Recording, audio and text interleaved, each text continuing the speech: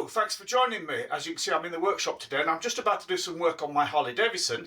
So I thought I'd make this quick video about how to disable the alarm. If you've got a Harley-Davidson with a built-in factory alarm, which most of the modern bikes have, in fact I think all of the modern bikes have now, then you need to know how to disable that alarm when you're working on the bike. Now you need to disable it just so you don't set it off whilst you're doing your maintenance work on the bike.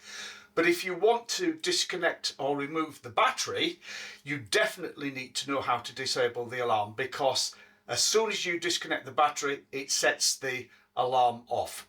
Disabling it, very simple, straightforward. Let me show you. So the first thing to do is, with the key fob present, so I just put that on my seat, is to switch on the ignition. And as you just heard, when you switch on the ignition like that, that then switches off the alarm. So that's disabled the alarm. So with the ignition on and the alarm off, we can now pull the main fuse. On my bike, which is a Dyna Fat Bob, the fuse box is under this left-hand cover, which just pulls off. So you can see, here is the fuse box. And the big orange one, I'll just zoom in on it. So that's a closer shot of the fuses down here. The big orange one is the main fuse.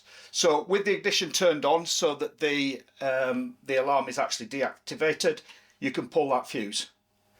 Now that's the alarm off.